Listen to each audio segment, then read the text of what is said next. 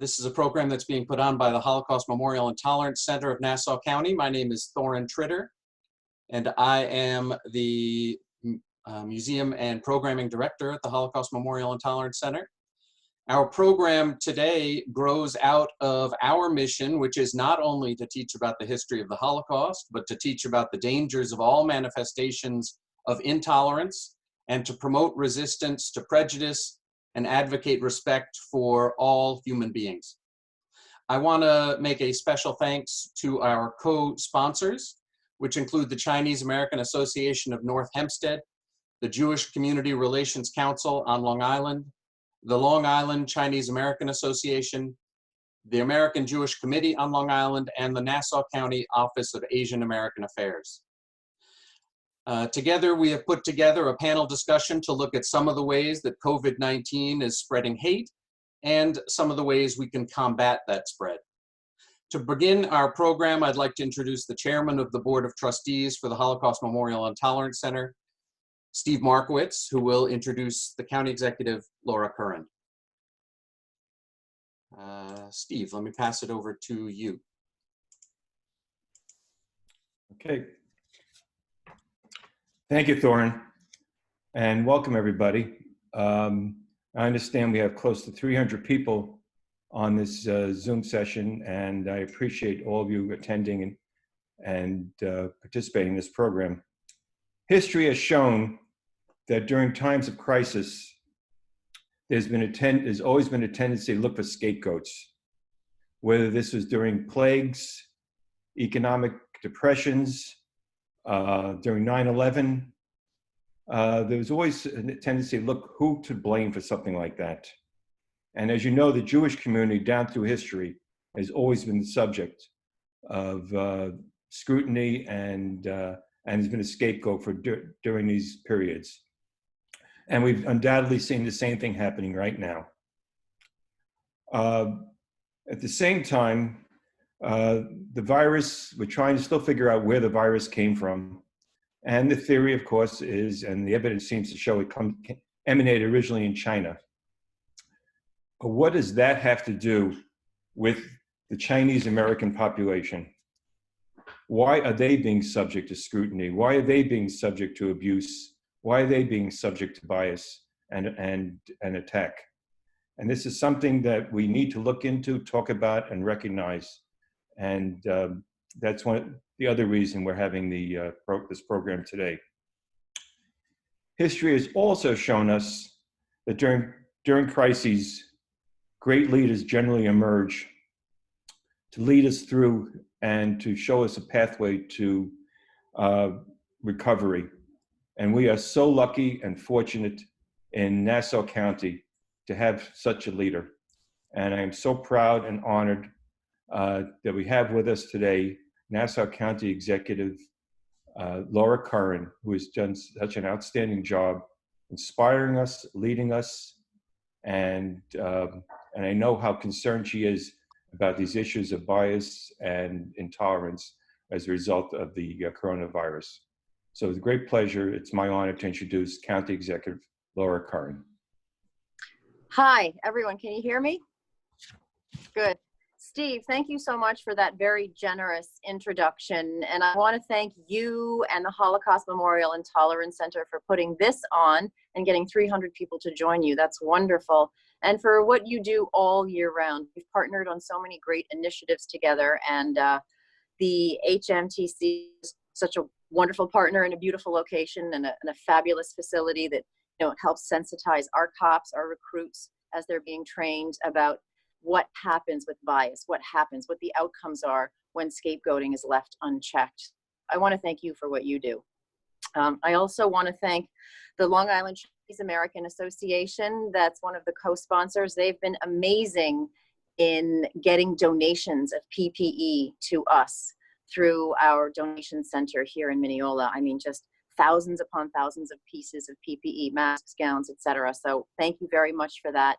And the Chinese American Association of North Hempstead as well, and our friends at JCRC and AJC as well. We also have as a co-sponsor the Nassau County Office of Asian American Affairs, and the executive director is Farah Mazawala.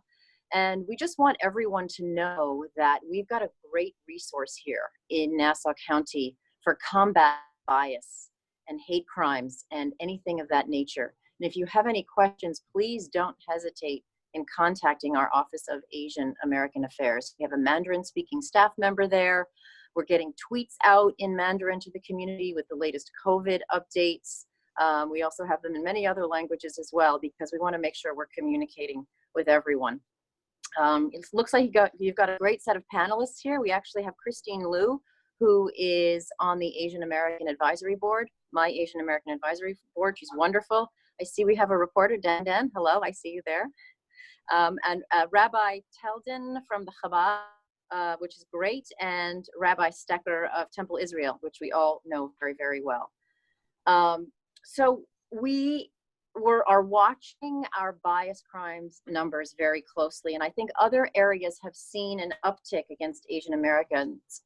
Specifically, we've seen a rise in hate crimes against Asian Americans in the month of April. I'm happy to say we have not seen such a rise here, but we are not resting on our laurels. As Steve pointed out, when things get difficult, when things get challenging, sometimes one group, one kind of person is being picked for scapegoating, because it's so much easier to blame X as opposed to trying to combat the problem together. I was just doing a little bit of research, and I see an example in the late 1800s. Cholera crisis here in New York led public officials to discriminate against Russian Jewish immigrants from Europe. You know, that's just one example. Of course, we know what happened in the Holocaust. We know that all too well, what happens with scapegoating. So my concern is, if people are seeing any incidents, to let us know. We have a zero tolerance policy for any kind of bias crimes and hate crimes here in Nassau County.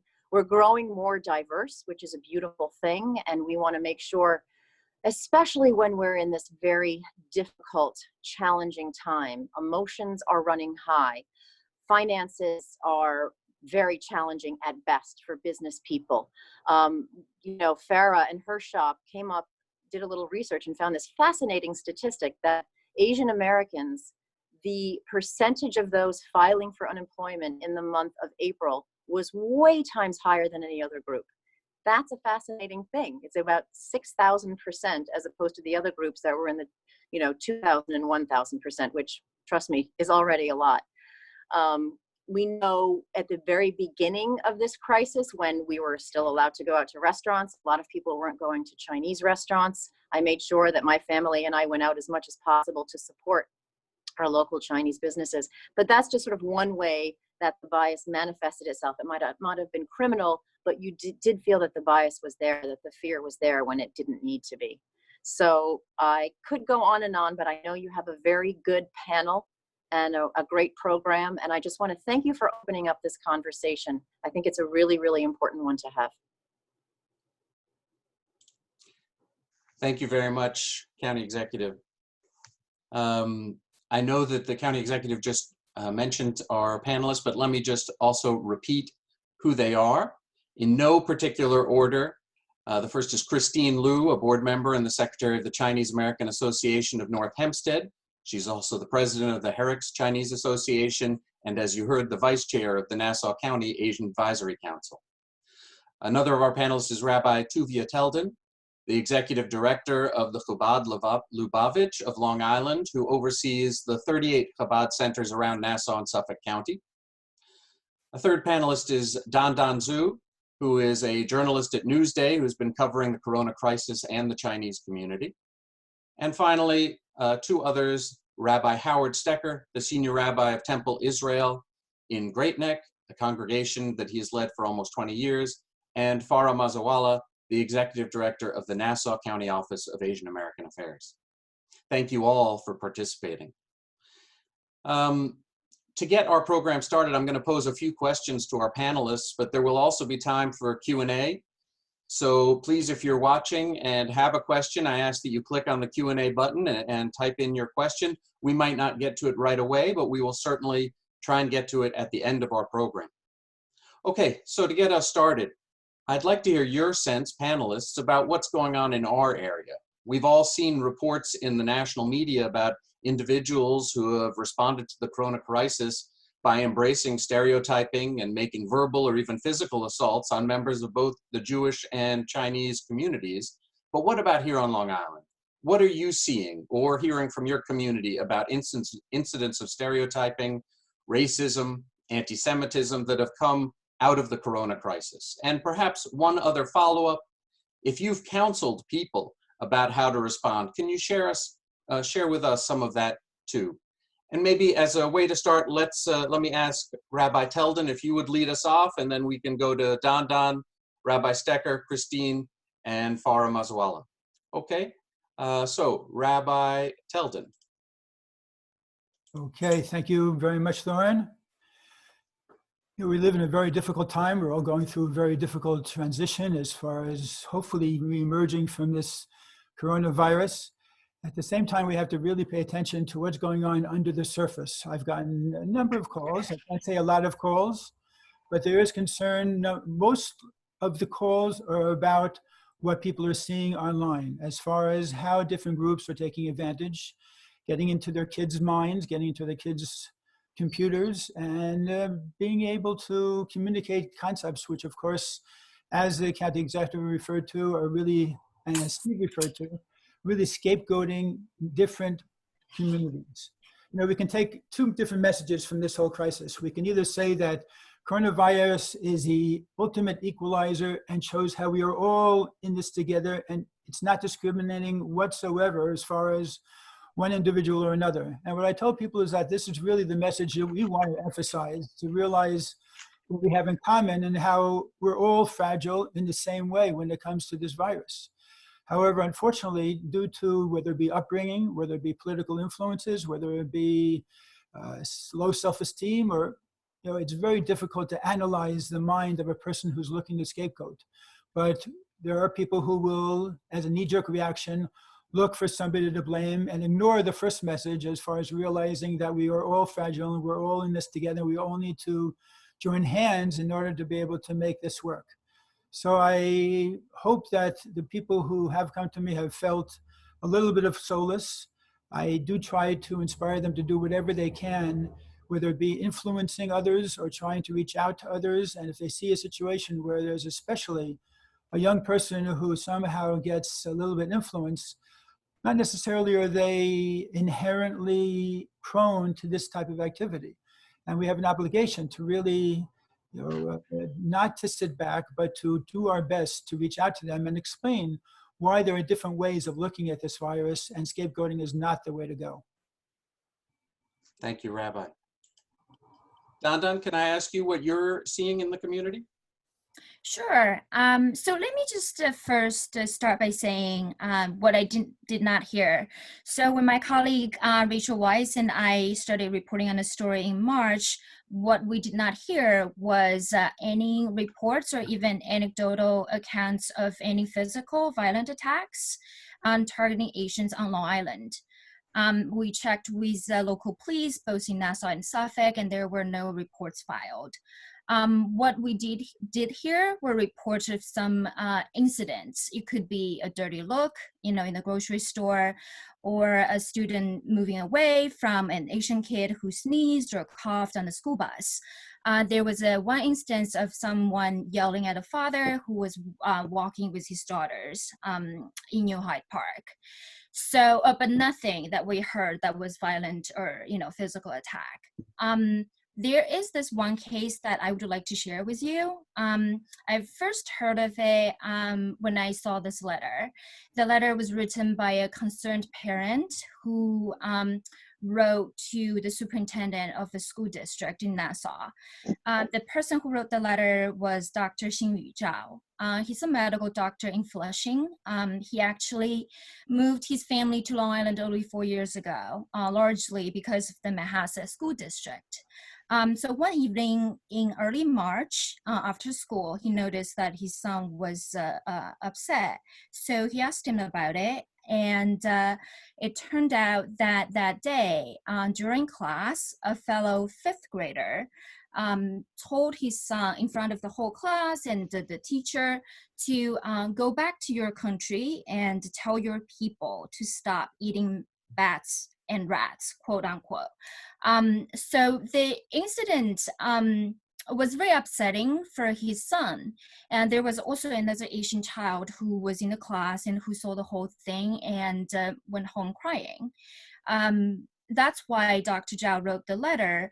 And after the parents reported to school officials, the student who made the statement later apologized. But for Dr. Zhao, the incident was very troubling because it came from a 5th grader and in a school setting.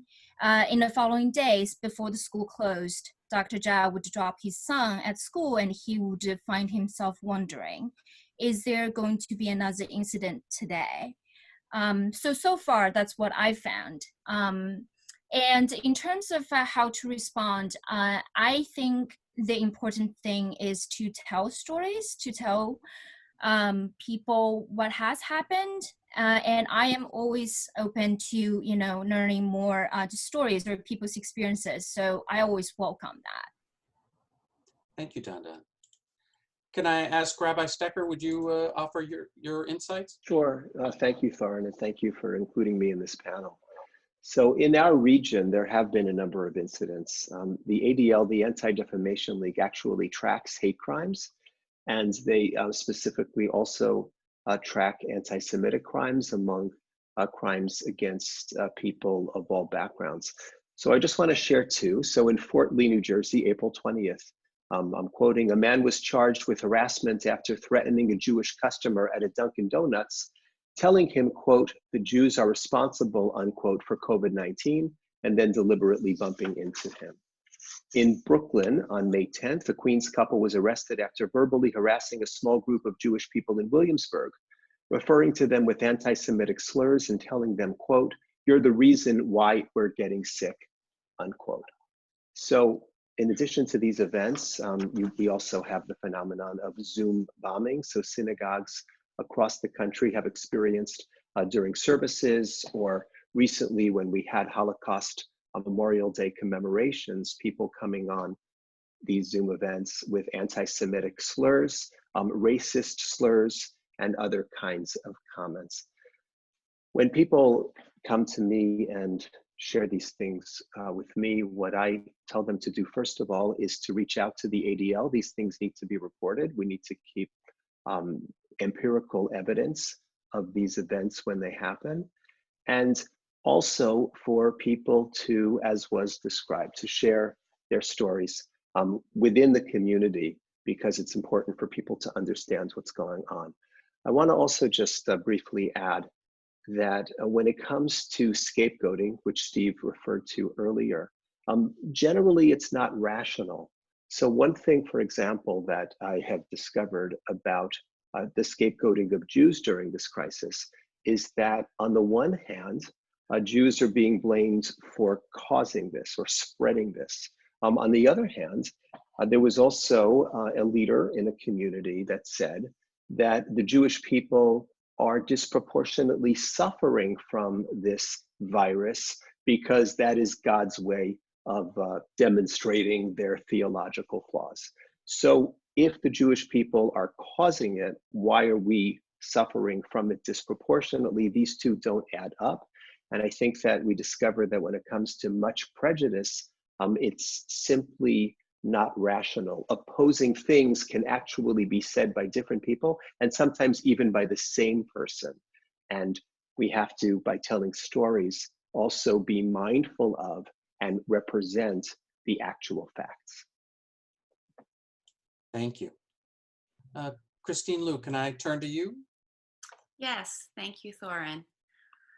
You know, unfortunately, from the onset of this pandemic, many political leaders and media outlets racially labeled this virus as the Wuhan virus, the Chinese virus, Kung flu, the yellow peril.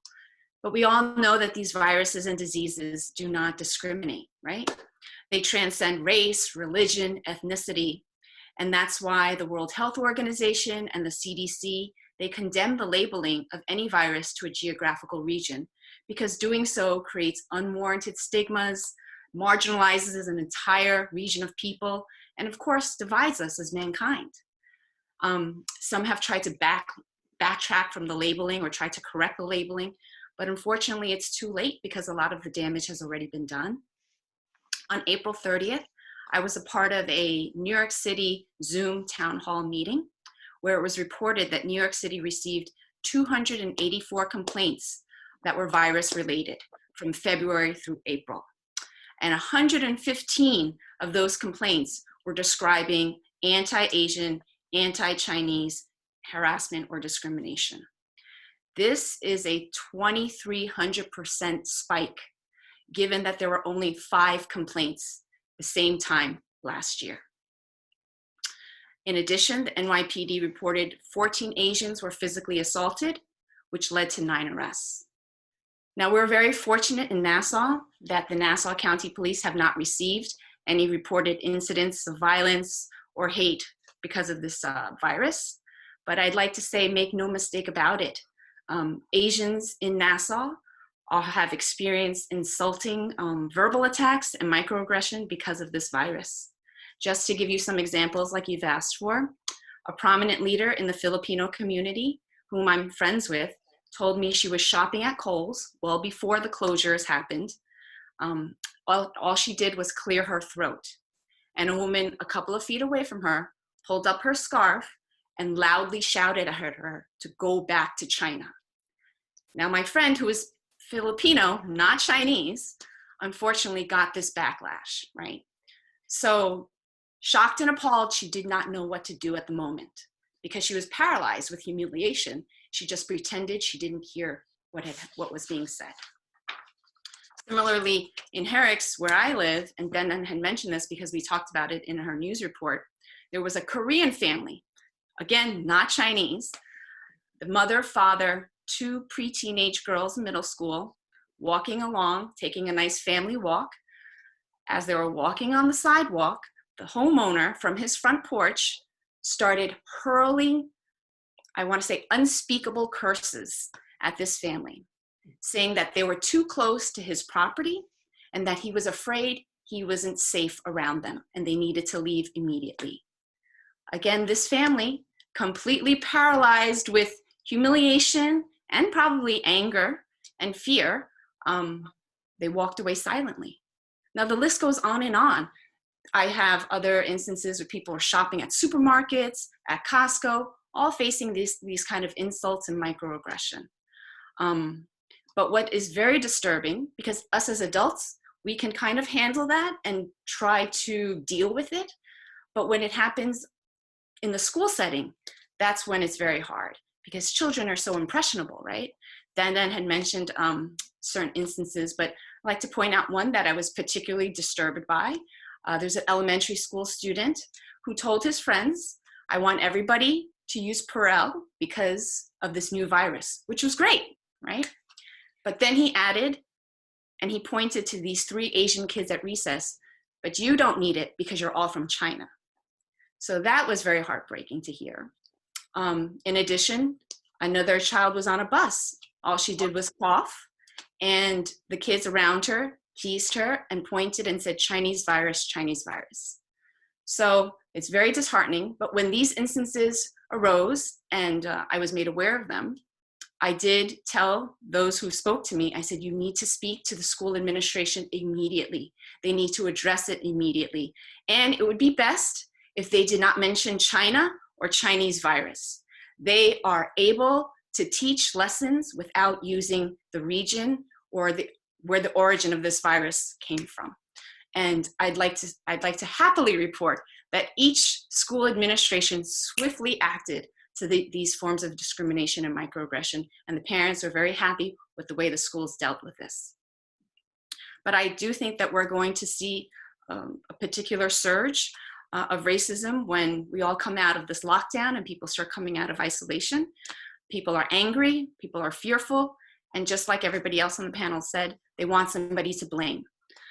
Remember, New York City is only 20 minutes away from us, and it's probably a good indicator of what we may face in Nassau when the lockdown is over. But I would like to say that we can't and we should not tolerate any level of xenophobia because of this virus. It shouldn't happen in our town. It shouldn't happen in our county. It shouldn't happen in Long Island. But I'll let Farah address how and where to report all of these incidents of racism. Thanks, Christine. Those are certainly disturbing events. But yes, let me turn it to Farah. Would you share some of what you've heard, Farah? Yes, so since early March, our community stakeholders and our advisory board members were extremely concerned about the discrimination and the hate crimes that were occurring throughout the country. Since then, many of our constituents have come to us and expressed that they have not had any overt discrimination. There hasn't been any physical attacks that have been reported by the Human Rights Commission for Nassau County or the Nassau County Police Department. Rather, as Christine said, they're microaggressions, a sense of feeling uncomfortable in certain settings, places where people may actually avoid those with Asian descent, and maybe it's leading to decrease in patronage to Asian businesses. That's something our office is researching right now that has this sense of discrimination led to decrease in patronage to Asian businesses. Because New York State has been in a pause and we are self-isolating, there hasn't been any reports right now. And I think that's one of the reasons there aren't any reports in Nassau County is because we are in a state of pause and self-isolation. Also, we don't use public transportation as much as New York City right now, and a lot of the cases in New York City, the discrimination has occurred near public transportation. So I think that might be one of the factors. And we want to make sure we're proactive rather than reactive. And what we've done is we've created a fact sheet at Thorne. I think you have that sheet available, and this sheet just lists all of the resources that you can call when you're in need of don't think of it, oh, is this a hate crime? Is this not a hate crime? Any incident you should really report. We have it in English and in Mandarin. Our office is on there. We have someone who speaks Mandarin in the office. There is no language line. You can talk to someone directly. Our familiarity and long relationships with the local communities has given us a unique platform to this, to spread the awareness of the importance of reporting. I am urging everyone, please report any incidences anything, whether you're feeling uncomfortable, if someone says something to you in the grocery store. We need to make a log of this to have these incidences so we can conduct further investigations. Although there's no cases of discrimination that we've reported through the Human Rights Commission or the Nassau County Police Department, I do want to say there has been an alarming uptake of calls in regards to civil rights. And as the gap in language access is wider now more than ever because of the COVID virus pandemic, we've been trying to connect constituents to government resources and make sure that language is not a barrier, which I think sometimes people might have language access issues, and that might be one of the reasons why they are not reporting. And since that's exacerbated right now, we want to make sure that people know that, we do have someone who speaks Mandarin, we have someone who speaks many of the different Asian languages. So, the main thing is please call our office and we can, record it and then send it to either the Attorney General's office, the New York State Bias Crime Hotline, our Human Rights Commission to investigate it further. And we will kind of follow them along in the process to make sure it is properly reported and documented. Farah, can I just clarify as well, and we're showing the numbers and contact information on the screen, but this is for anybody. It's not just Asians, Jews, or other groups who are facing discrimination? Or anyone, absolutely anyone. We've gotten a lot of calls for anyone, whether it's something to do with the pandemic or something, even if it's housing discrimination, our office is there to help. And it's, we've been getting calls from all different communities about this. So it's for anyone facing any sort of microaggressions or harassment, we would ask them to call. Thanks very much, Farah. I know that you've described, all of you have described some of the incidents you're hearing and seeing. I'd like to kind of change the discussion a little bit and ask you something from a different perspective. We often focus on the negative, and you've described some of that, but could you also talk about some of the more positive or inspirational responses to COVID-19 that you've seen or heard about in your community? And again, perhaps we could start with Rabbi Teldon. Would you be willing to lead us off? Of course, thank you very much. So yeah, I think there have been many very positive things that have come out of it without going into all the details and trying to keep to that which is relevant to our conversation. I think that people's understanding that there are certain basics in life that are of great importance, like family, home, children, your spouse, your income, source of sustenance. And before, I think there was a feeling that people assumed and never really appreciated the tremendous variety that we have out here living in Suffolk and Nassau County in terms of how rich our lives is and how many things we have available to us. And all of a sudden we're put in a position where we have to realize there's this core of what really you need to live. And then everything else is something that we can benefit from, appreciate, take advantage of in order to be able to enjoy what life has to offer and life's bounty and God's blessings. So in that sense, I find that a lot of people are reappraising many of their values in life. Many people are looking at life from a little bit of a different perspective.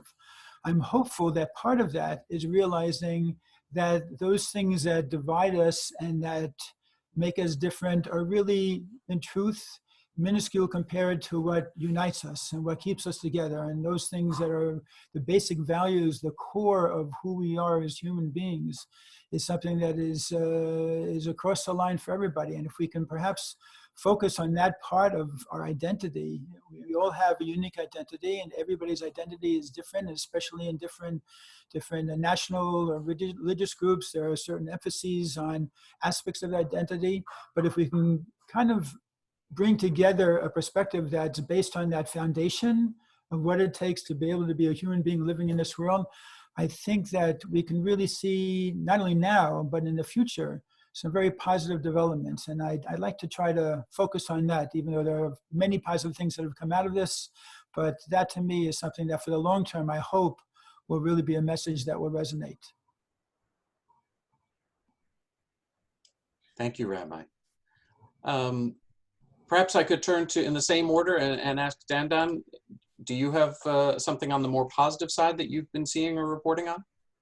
So at Newsday, we've reported that, there's a number of Chinese American associations and just some Chinese groups that have organized together to pool their money and resources together to purchase masks and other PPE to donate to local hospitals and health workers. And I know that Christine is personally involved in many of those efforts, so she could probably talk about that later. Also, at Newsday, we have a running series called Acts of Kindness. It basically documents different communities on Long Island, in this time of crisis, showing or doing something that's generous or kind, or it could be neighbors helping neighbors, or other communities donating food, organizing food drives to help out others. So and also there's what I've reported recently is there's this kind of new trend coming up. There's a lot of car parades, drive-by parties to celebrate milestones or birthdays. I think those stories are all very important, and I think they do show a different, just a positive light right now in a time of crisis. Thank you. Rabbi Stecker, can I turn to you? Absolutely. So there are a number of positive initiatives. I could give a few examples. SHI, Sephardic Heritage Alliance, Inc. has organized and donated numerous masks and surgical supplies that have been given to the Great Neck Public Schools. And in addition, Iranian American Jewish Federation has also been involved in that front. A number of synagogues have also organized efforts to bring food to hospitals so that hospital workers, nurses, doctors, other workers as well can be provided for. And this is also a way to show our gratitude to them for their effort. And it's very heartening as well, and not at all surprising to hear that throughout the Asian American community, these responses are taking place. I also want to say that in Great Neck, we have established a really nice collaboration between our synagogue and the Great Neck Chinese Association. Recently, a member of the Chinese American community spoke online with a group of our teens about Chinese culture. And that also goes to the heart of what we've been talking about, which is just sharing information and sharing stories establishes strong connections to people. I want to add that as heartening as it and as unsurprising as it is that members of the Jewish community and members of the Chinese community and other Asian communities are stepping forward and doing this, we're doing this because it's the right thing to do. I don't think that we should have to feel that we have to prove that we are fully American or that we are fully responsive to this. It's something that should be obvious. We are American citizens, we are human beings, and we are doing this as such. And so I think it's important for us to recognize that, with all of this positive, that there shouldn't be an expectation that any group has to prove themselves as being especially human or especially American. That, I think, feeds into some of the stereotypes. We're doing this because as human beings, and perhaps also motivated by our own cultures, we believe that this is the right thing to do. So, Farah, were you on? yeah. So I think Christine isn't on yet. Is she? No, or she's back. She's back. Oh, okay. Because I was just going to talk about how our offices have been, the Office of Asian American Affairs has been teaming and partnering up with the different Asian communities to donate and coordinate PPE to hospitals and to the police department. And the response has been absolutely overwhelming. And I mean, Christine could talk more about that, but we've been really working with our stakeholders in these communities and help coordinate responses and assisting groups. We're part of the Immigrant Coalition and different we have seats at different tables, and a lot of times we find out about communities in need, and then I give those, I let the board members know about these communities, and we coordinate responses to assist those in need. And it's just unbelievable the amount of donations and contributions that all of these communities have given. Super. Christine, yeah, let me turn to you. I know you had some technical problems, but glad to see you're back. Yes, my husband came to the rescue and he gave me another laptop just like that. So thank you to my husband. I'd like to, first of all, confirm and totally agree with what Rabbi Stecker had just mentioned. We don't need to prove anything or how American we are or what we need to do in this pandemic. We are who we are. But given that, I am just so extremely proud of the Chinese community's response to this pandemic. You know, despite the stereotypes, the backlash, the insults, I believe the Chinese community has rose above it all by not fighting this hate with hate, but instead fighting the hate with love and kindness. I wouldn't say even fighting it, but we're just responding to it with love and kindness. Chinese organizations throughout Long Island reached to their communities to gather funds to provide essential PPEs to hospitals and first responders in Long Island and in New York City when requested. The Chinese community raised hundreds of thousands of dollars, unbelievable, to purchase masks, gowns, gloves, you name it, all the essentials. And they were delivered to hospitals all the way out in Stony Brook, like Stony Brook University Medical, NYU Winthrop, Northwell, Newmick, Mercy, St. Francis, and all the way to Elmhurst and Maimonides in Brooklyn. We didn't turn anybody away who asked for help. In addition to the police stations, the fire stations, post offices, EMTs, and so many more essential workers.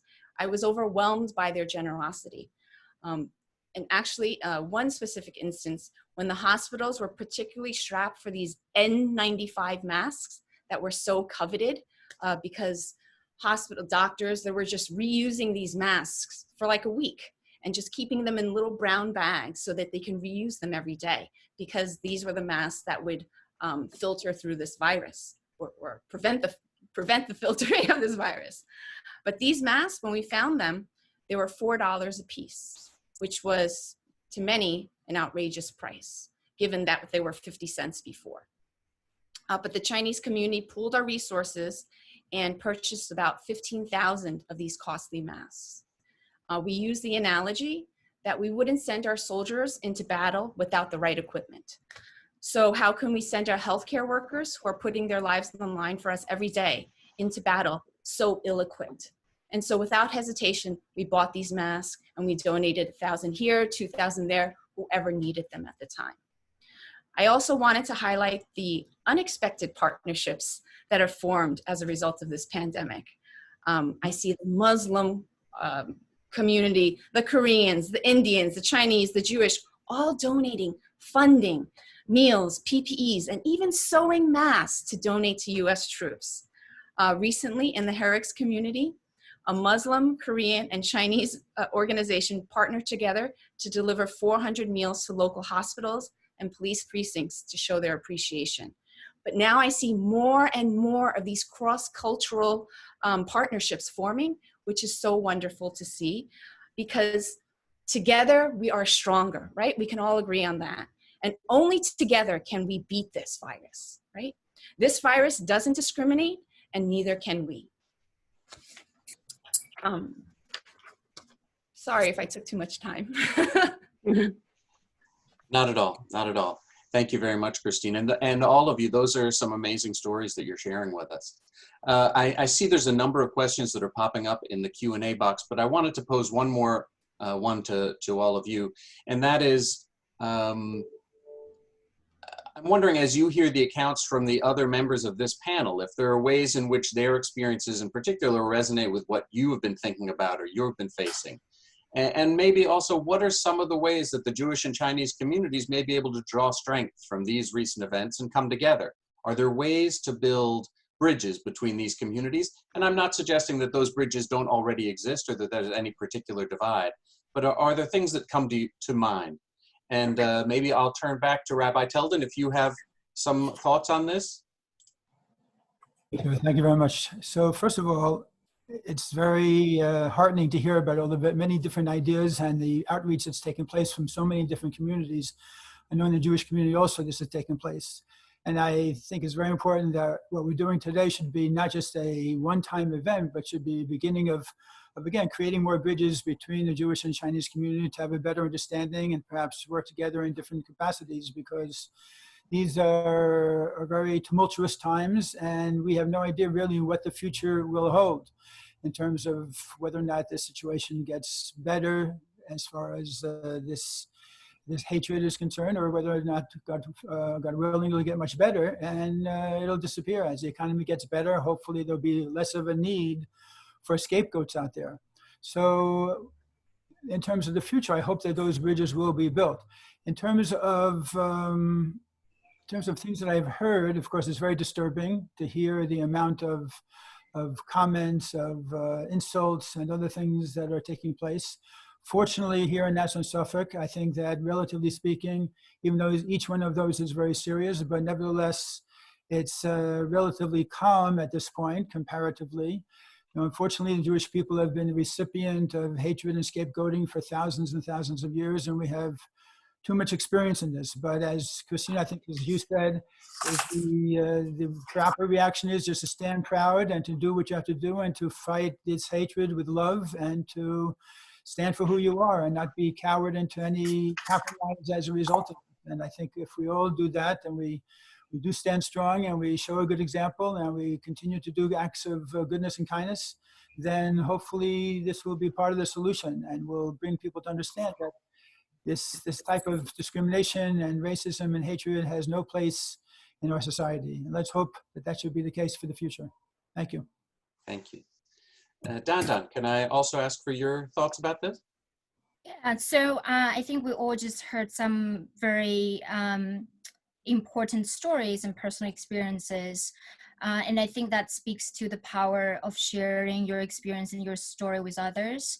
So I think one way to respond or to build, you know, a connection or bridge between the Jewish and Chinese American communities, I think one way is to continue to tell the stories of each community to each other so that we know what we share in common, so that we understand and we could help each other.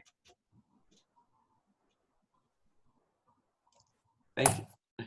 Rabbi Stecker, how about you? Can I turn to you? Sure. So it's very disheartening to hear some of the stories about insults that are being hurled, and particularly at children.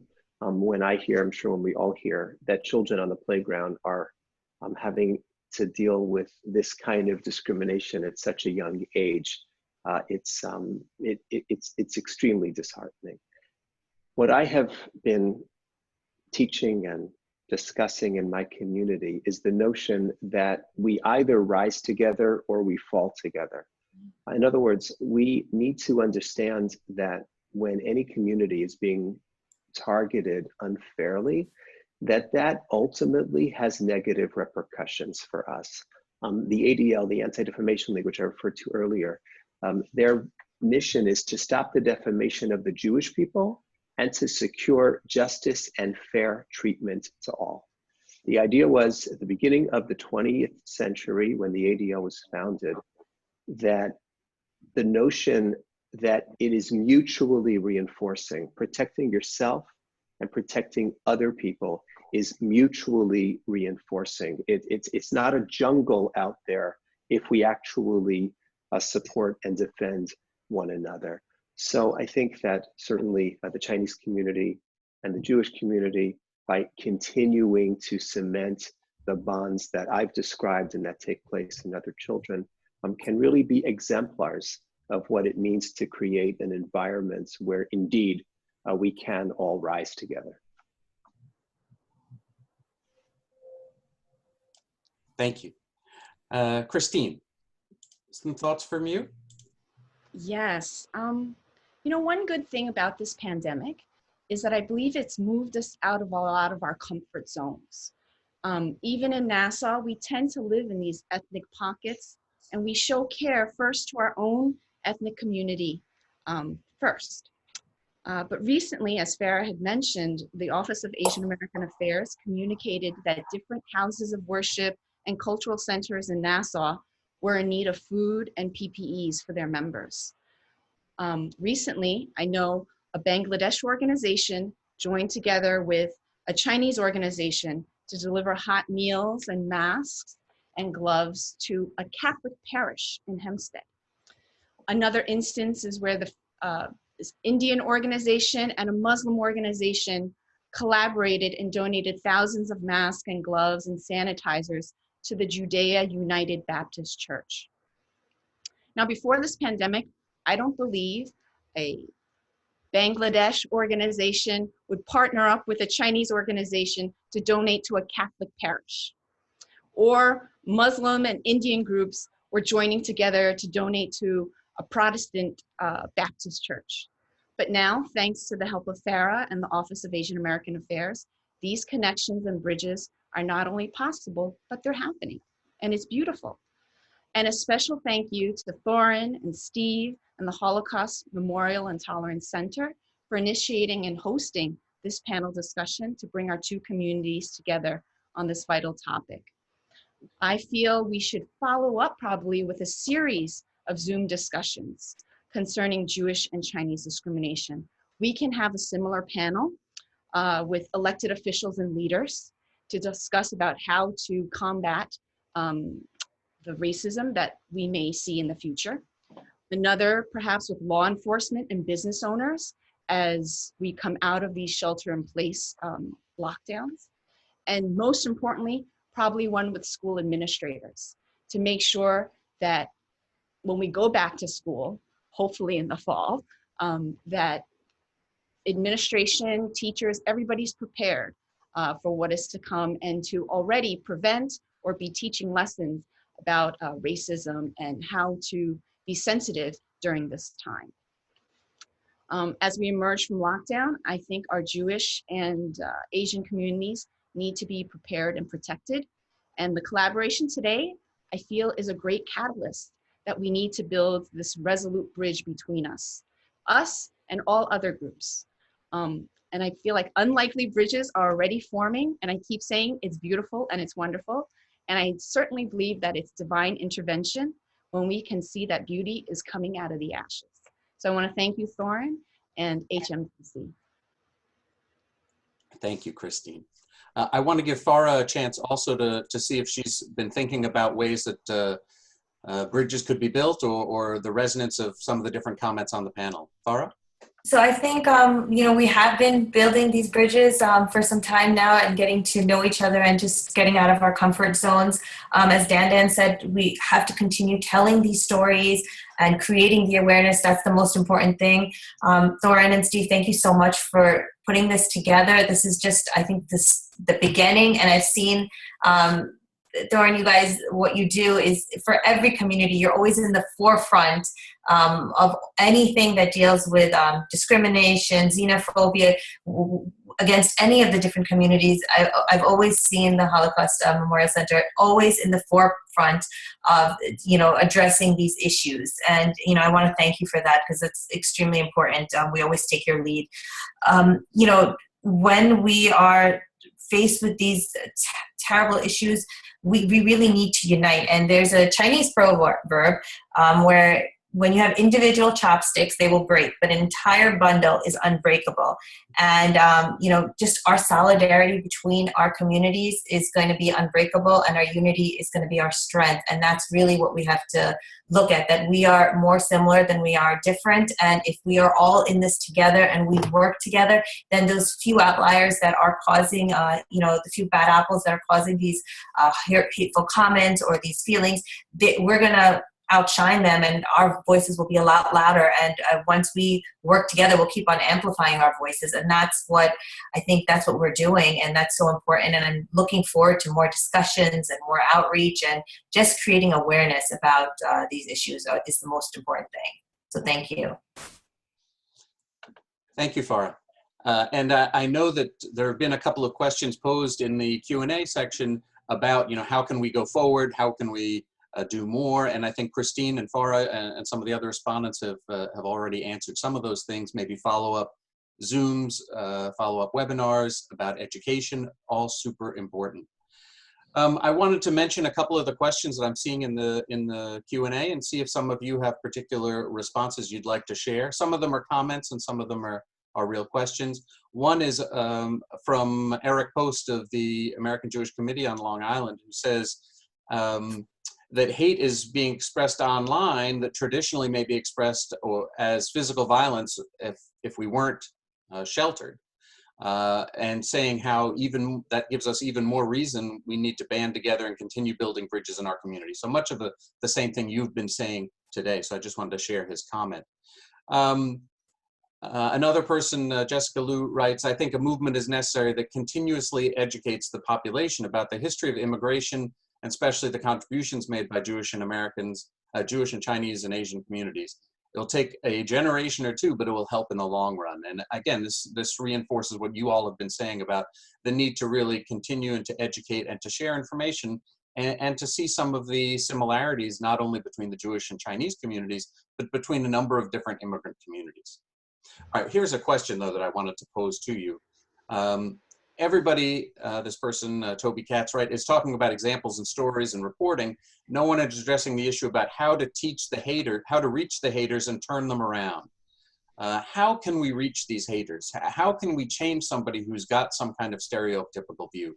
And I know that, I don't know if one or another of you have a particular thought about that.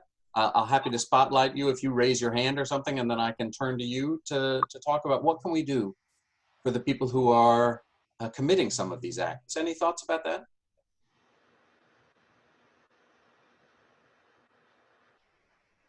Christine, thank you. Yes, thank you for that question. I think it's really, we first have to measure how extreme this hater is. Is this person on the borderline, or are they already way off in their thinking and theology? Because those that are very way off, it's very hard to convince of any kind of rationale sometimes. But I would still say that we should try our best to not fight hate with hate. Because when somebody is spewing hate at you and you reciprocate, that is not going to lead to anything but calling of the police and injuries and maybe even bodily harm, right? But if you were to respond in kindness, and it's different in every situation, I think that is how we can show, how we can try to turn somebody around. For instance, if this person did have the virus and they were infected and they went to the hospital, right? And the person treating them just happened to be a healthcare worker that was Chinese or Asian or Jewish, and they got exceptional treatment from them. They were responding, even though it's their job, but they went above and beyond and showed them compassion during this treatment. Maybe that could help. I think it has to, you can't just keep arguing with them, but you can show them how we can rise above this and still have love for one another, even though we have very different views. So I think it's depending on the circumstance of this kind of hateful language or what situation you're in, but I would always try to advocate to respond in love and kindness. And that is usually what turns somebody around. Thanks, Christine. I will just mention that the Holocaust Memorial and Tolerance Center does programming with a number of youth, and if in cases where there have been comments made in schools by particular students, we work with those students to try and educate them about some of the history with at least with relation to the Holocaust, to try and encourage them to take a broader perspective and understand some of the hateful language that they can perhaps not realize the power of that they're saying. Let me raise another question that's being asked, which is, the question is from Lucille Karp, and she asked particularly a question about the Jewish response in one way, but I'm going to broaden it a little. She says, how are rabbis dealing with Orthodox disregard for using masks?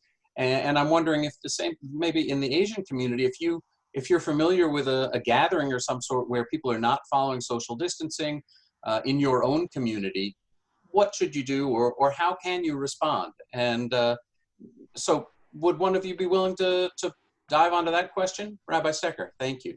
Yep. Okay.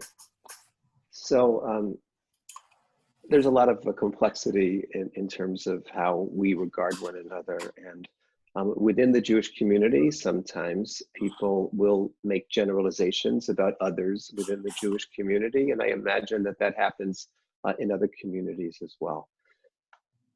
There is a tendency, I think, sometimes to look at an entire portion of the community and to claim that they are acting in a certain way.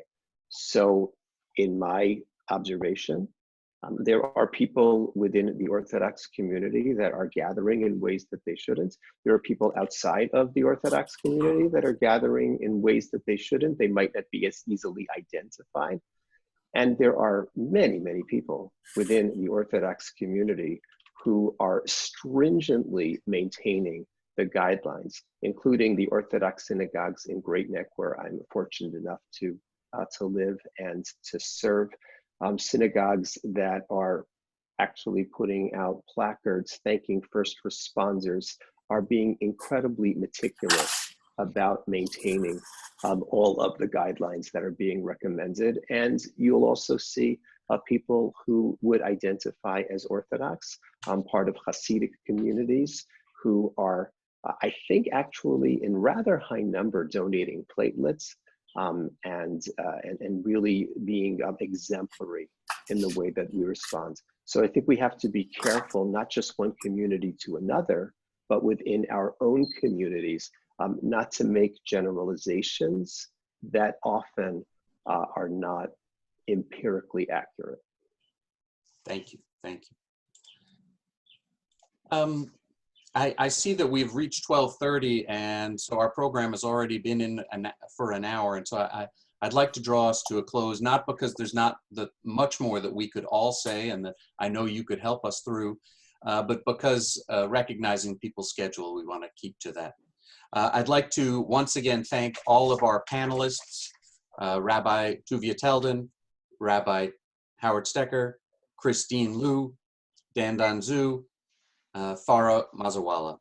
Thank you all for being involved with us. And I would also like to once again thank our co-sponsors, the Chinese American Association of North Hempstead, the Jewish Community Relations Council on Long Island, the Long Island Chinese American Association, the American Jewish Committee of Long Island, and the Nassau County Office of Asian American Affairs.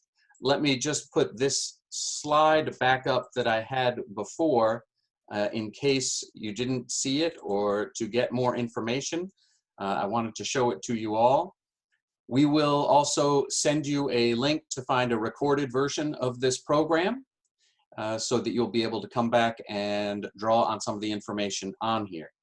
And one final comment, I'd like to encourage you to visit our website, the website for the Holocaust Memorial and Tolerance Center of Nassau County, where you can find a full list of our upcoming virtual programs at www.hmtcli.org under the Events tab. So I hope that that may be helpful too. So thank you again to all our panelists and our co-sponsors. And I want to close by wishing you all a safe and healthy day. And thank you very much. Have a good day. Thank you. Thank you. Bye. Thank you. Pleasure. Thank you, Thorin.